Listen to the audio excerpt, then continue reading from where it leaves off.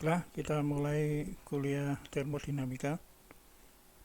Sekarang materinya adalah pengenalan dan konsep-konsep dasar, yaitu termodinamika. Di sini dapat didefinisikan sebagai ilmu tentang energi. Energi itu di sini tidak bisa diciptakan dan tidak bisa dimusnahkan, sehingga energi itu kekal atau tetap atau abadi. Tapi untuk mengamati energi itu ada dua indikator, yaitu gerakan dan panas. Jadi setiap ada gerakan dan ada panas, itu menandakan ada energi. Contohnya ini manusia bisa bergerak dan tubuhnya itu mengeluarkan panas, artinya manusia itu menyimpan energi. Di sini energi kekal atau tetap.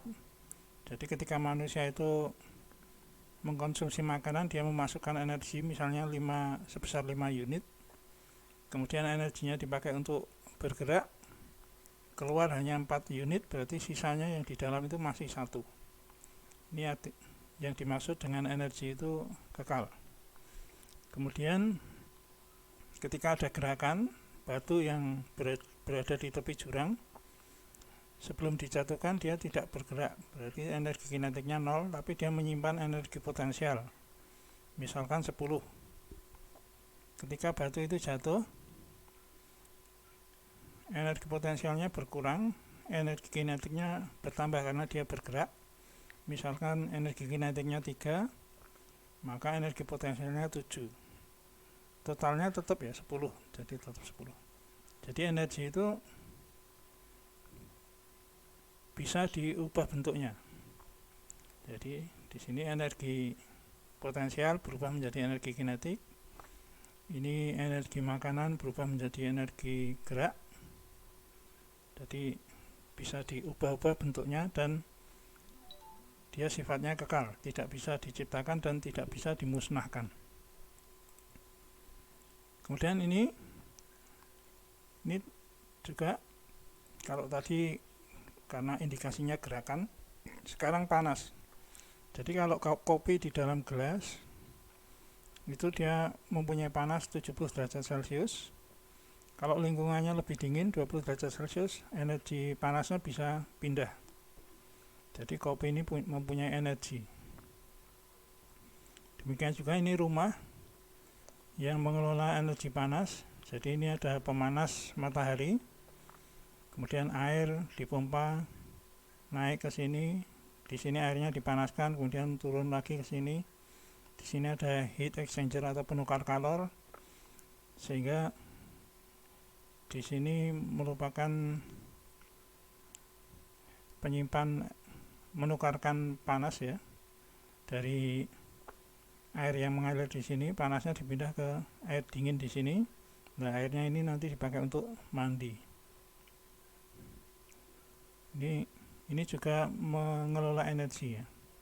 Jadi energi panas dan pompa ini yang digerakkan oleh listrik. Di sini nanti termodinamika juga berperan, bisa untuk menganalisis sistemnya. Dan termodinamika kajiannya banyak sekali. Bisa di pesawat, karena pesawat juga ada pasti bergerak dan mempunyai panas. Kemudian AC, manusia jelas dia bergerak aktif. Radiator mobil, pembangkit listrik, dan kulkas, semuanya ini menggunakan ilmu termodinamika. Jadi termodinamika sangat luas sekali penggunaannya. Jadi kalau ini semua dipelajari di teknik mesin ini. Ini kulkas, kemudian pembangkit listrik, AC, radiator, itu banyak sekali dipelajari di teknik mesin. Kalau ini di teknik penerbangan. Berikutnya konsep tentang gaya dan massa. Gaya itu rumusnya F sama dengan ma. M itu massa, A itu percepatan. Ini adalah hukum Newton kedua. F sama dengan ma. Kemudian berat itu rumusnya adalah M kali G. M itu massa, G itu percepatan gravitasi. Percepatan gravitasi itu ada satu, tapi untuk sistem SI nilainya adalah 9,807 meter per sekon kuadrat. Untuk sistem British 32,174 feet per second kuadrat. Sehingga berat 1 kg dalam SI itu sama dengan 9,807 kg meter per sekon kuadrat, atau ini setara dengan 9,807 Newton. Nah, ini nilai ini sama dengan 1 kg Fos. Kemudian ini massa 1 lbm atau pound mass itu sama dengan 32,174 pound mass kali feet per second kuadrat, atau ini setara dengan 1 pound Fos. Kalau diumpamakan apel ini, misalkan 1 kg itu sama dengan 10 apel, perkiraan 10 apel, maka 1 Newton itu, berat 1 Newton itu hanya 1 apel, karena masanya sekitar 1,02 gram. Kalau ini apelnya 10 itu 1 kg, kalau 1 pound mass lbm atau 1 lbm, ini kira-kira 4 apel, karena 1 lbm itu adalah 0,45359 kg.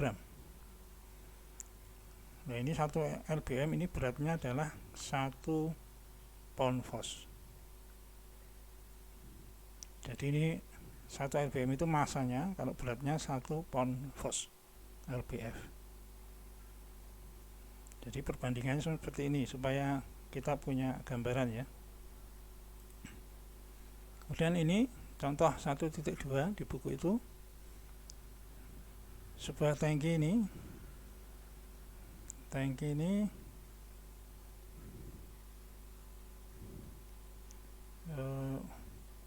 di dalamnya ada fluida, densitasnya 850 kg per meter kubik.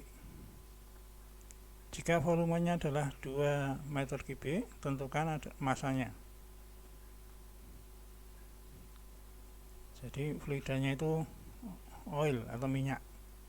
Jadi kira-kira masanya berapa? Ya berarti kalau ada volume, ada rho, di sini tinggal dikalikan aja untuk mencari massa. Jadi di sini massa adalah rho kali V. Rho-nya tadi 850 kg per meter kubik, volumenya 2 meter kubik. Kalau dikalikan hasilnya 1700 kg. Jadi masanya, massa minyak yang ada di dalam tangki ini 1700 kg. Kemudian kita pelajari juga tentang sistem. Jadi sistem di dalam termodinamika itu artinya ini, sejumlah materi atau daerah di dalam ruangan yang dipilih untuk dipelajari. Nah, sistem itu digambarkan seperti ini, ada batasnya, boundary itu batas. Nah, sistem itu yang di dalamnya ini. Di dalamnya ini jumlah materi yang akan dipelajari. Nah, di luar sistem itu namanya lingkungan. Contohnya ini ada fluida di dalam piston. Ini nanti misalkan masanya tetap ya, sistemnya tertutup, hanya energi saja yang bisa pindah atau melintas dari batas sistem. Ini contoh sistem tertutup. Nah, penerapannya seperti ini. Ketika sebuah gas berada dalam sistem tertutup seperti ini, kemudian dipanaskan, awal mulanya dia 2 kg masanya, volumenya adalah 1 meter kubik. Ketika dipanaskan, gas ini akan mengembang menjadi volumenya 3 meter pangkat 3 kubik, sedangkan volumenya tetap karena ini sistem tertutup, jadi massa tidak bisa keluar. Ini mesh no, tidak bisa tembus sistem, hanya energi yang bisa masuk. Jadi energi panas bisa masuk ini. Jadi dari api ini masuk ke dalam, memanaskan gas, gasnya mengembang, volumenya naik, tapi massanya tidak bisa keluar karena ini sistem tertutup. Sehingga pistonnya naik. Nah, ini karena volumenya mengembang, dorong pistonnya naik. Kemudian jenis sistem yang berikutnya adalah kontrol volume. Kontrol volume itu volumenya yang tetap, tapi massanya bisa tembus. Jadi volumenya tetap, massanya bisa tembus. Ini contohnya adalah kompresor atau turbin. Itu volumenya termasuk kontrol volume ya. Volumenya tetap, massanya bisa tembus, bisa keluar masuk. Nah, contohnya ini pistonnya tadi bukan seperti ini ya, tapi seperti ini bolong, ada lubangnya, sehingga massa bisa masuk, bisa keluar. Nah, ini kontrol volume, yang dikontrol hanya volumenya aja. Atau ini juga kontrol volume ya. Jadi massa fluida bisa masuk ke sini, bisa keluar.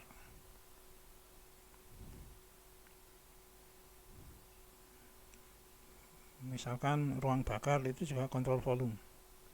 Jadi nanti kalau Anda belajar mesin pesawat itu banyak sekali mempelajari kontrol volume. Ini contoh 1.4 yang di buku yang saya bagikan itu. Proses pemanasan. Jadi temperaturnya naik 10 derajat Celcius. Nyatakan dalam Kelvin, Fahrenheit, dan Rankine.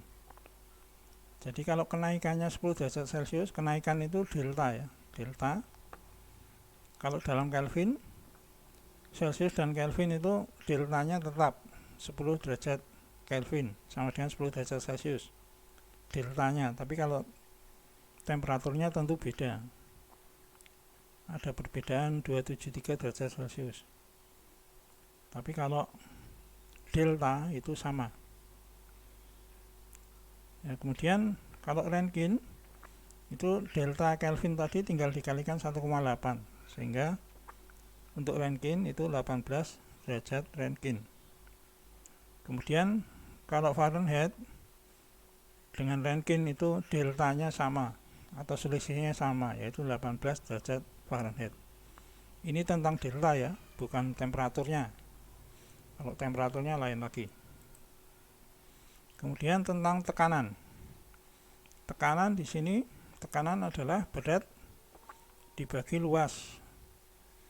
Dalam hal ini luas kakinya ini. Kalau orangnya 150 pon, luas sepatunya adalah 50 in kuadrat, maka tekanannya adalah 150 bagi 50, yaitu 3 psi. Kalau beratnya 300 pon atau 2 kalinya, sedangkan luas sepatunya sama, maka tekanan kaki ini 2 kalinya juga, yaitu 6 psi. Nah, tekanan itu konversinya seperti ini. 1 bar itu sama dengan 10⁵ Pascal atau sama dengan 0,1 megapascal, sama dengan 100 kilopascal. Kalau 1 atmosfer itu sama dengan 101,325 Pascal, sama dengan 101,325 kilopascal. Ini 101, ya. Kalau ini ribu, ini koma. Nah, ini sama dengan 1,01325 bar. Jadi ini kalau titik itu sebenarnya kalau di bahasa kita itu koma. Ini bukunya masih British ya. Kalau ini ribuan, kalau ini koma. Kemudian 1 kg Fos per cm kuadrat itu setara dengan 9,807 Newton per cm kuadrat atau sama dengan 9,807 kali 10,4 Newton per meter kuadrat atau sama dengan 9,807 kali 10,4 Pascal atau sama dengan ini bar sama dengan ini ATM. Berikutnya ini sebuah manometer ini untuk mengukur tekanan di dalamnya, tekanan di dalam tangki. Di sini atmosfer, kemudian di sini ada cairan fluida. Ya, karena dia punya tekanan, fluida itu ketinggiannya nggak sama. Ketinggiannya ini di sini perbedaan ketinggiannya 55 cm. Berapa tekanan tangki ini? Nah, di sini dihitung. Kita harus tahu ini fluidanya ini dulu. Ini menggunakan fluida ini di sini mempunyai SG specific gravity 0,85 sehingga kita bisa menghitung rho-nya itu SG kali rho H2O. Jadi 0,85 kali 1000 sama dengan 850 kg per meter kubik. Jadi di sini media untuk mengukur tekanan itu sudah bisa kita ketahui rho atau density-nya sebesar 850 kg per meter kubik dengan cara mengalikan ini, mengalihkan SG dan rho H2O. Nah, tekanan fluida yang ada di dalamnya ini, misalkan ini udara, itu nilainya adalah tekanan atmosfer tambah rho GH. Tekanan atmosfernya ini, rho-nya ini 850 dari sini, G-nya percepatan gravitasi, hanya adalah ini 55 cm itu 0,55 meter. Ini hanya faktor konversi, tapi ini penting juga ya. Jadi ini 1/1000, ini 1/1, sehingga nanti kilogram-kilogramnya ini hilang, kilogram, kemudian meternya hilang, tinggal semuanya jadi pas KPA semua. Jadi ini tetap ini dikalikan nanti bagi 1000 tambah 96, satuannya harus sama, ini harus jadi KPA semua sehingga ini ada konversi supaya satuan-satuan di sini jadi KPA. Karena kalau menjumlahkan satuannya harus sama. Jadi hasilnya adalah 100,6 kilopascal. Jadi tekanan fluida di dalam tangki itu hasilnya 100,6 kilopascal.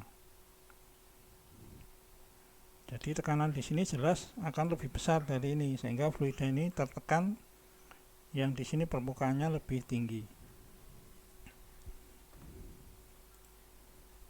Kemudian kalau manometernya rumit seperti ini, pipanya melengkung-melengkung seperti ini, dan ini ada dua fluida. Ini fluidanya ini air, minyak, dan merkuri. Jadi ini air, ini minyak, ini merkuri. Fluida melengkung-melengkung.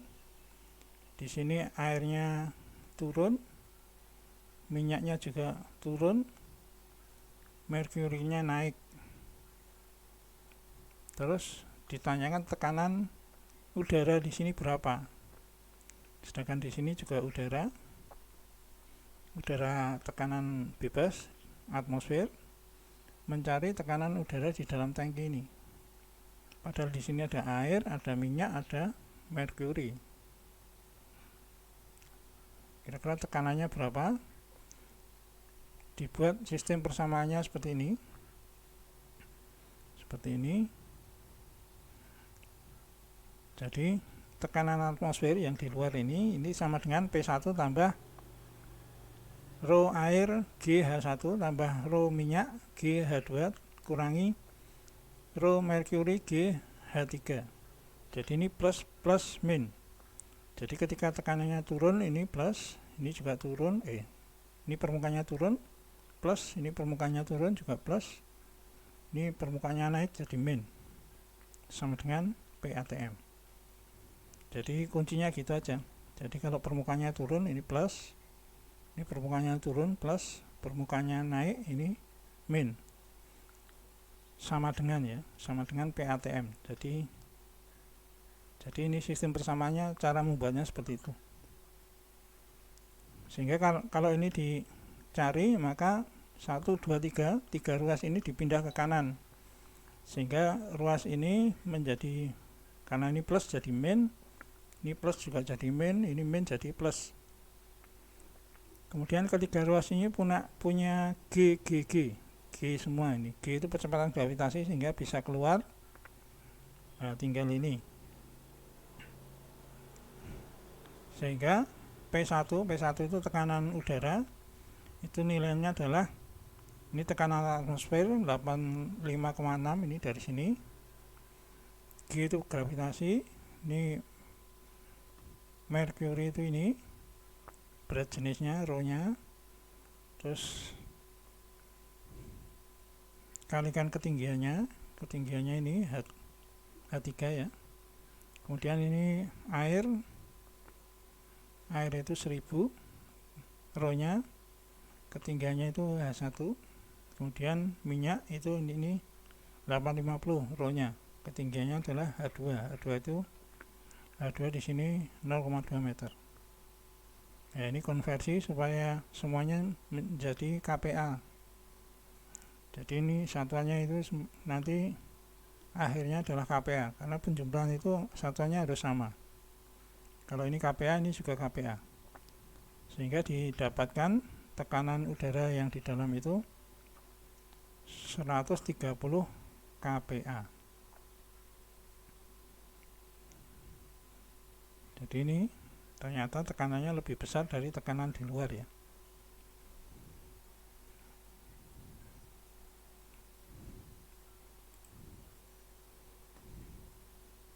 Berikutnya ini, jadi kalau ada sebuah barometer diperoleh tekanannya 740 mm Hg,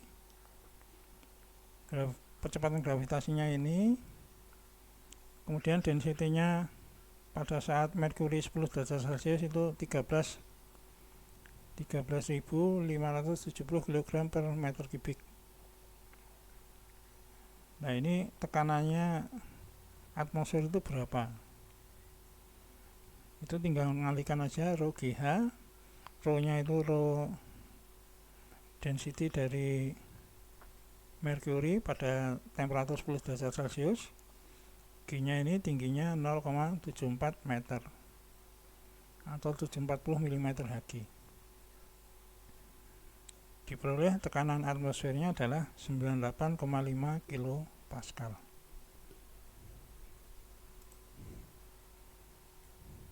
Terakhir ini sebuah piston ya, piston berisi gas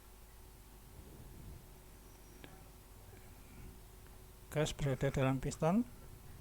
Kemudian ini pistonnya beratnya adalah 60 kg, tekanan atmosfernya 0,97 bar,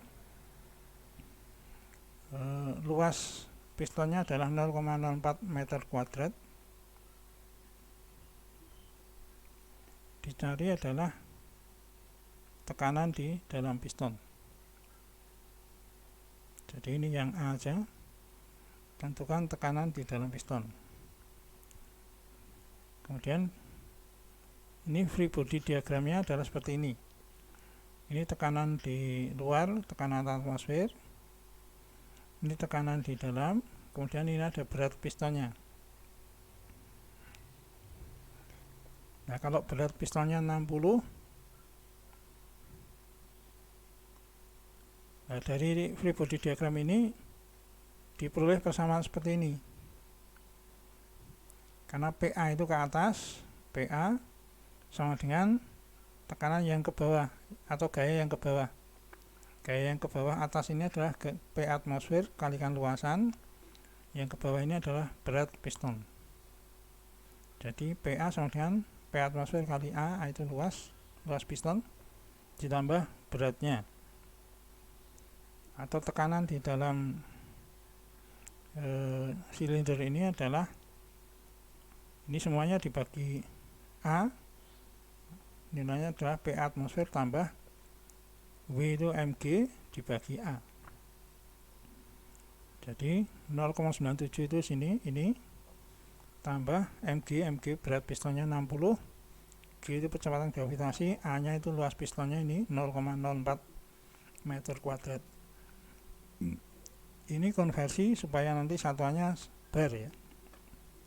Jadi ini penjumlahannya satuannya harus sama, ini dalam bar semua, sehingga kalau ini dijumlahkan nanti ketemunya 1,12 bar tekanan yang di dalam. Demikian materi ini. Terima kasih.